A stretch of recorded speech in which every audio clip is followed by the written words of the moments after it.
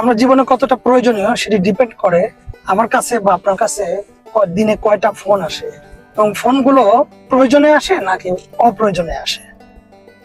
ফোনগুলো সাধারণত কিন্তু মোস্ট অফ দি কেসেস প্রয়োজন ছাড়া কেউ ফোন করে না।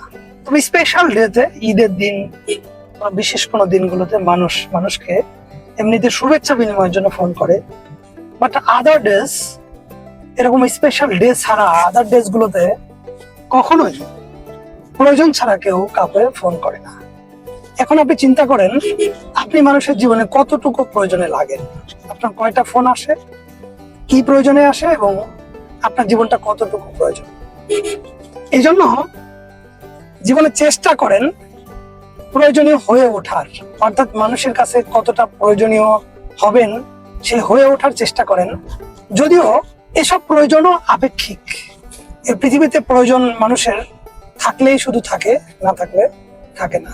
তবে হ্যাঁ, প্রয়োজনটার একটা লিমিট থাকবে। আপনি যদি মানুষের জন্য খুব বেশি প্রয়োজনীয় হয়ে ওঠেন তাহলে কিন্তু সমস্যা। আপনাকে প্রয়োজনীয় হতে হবে লবণের মতো, ঠিক যতটুকু প্রয়োজন ঠিক ততটুকু।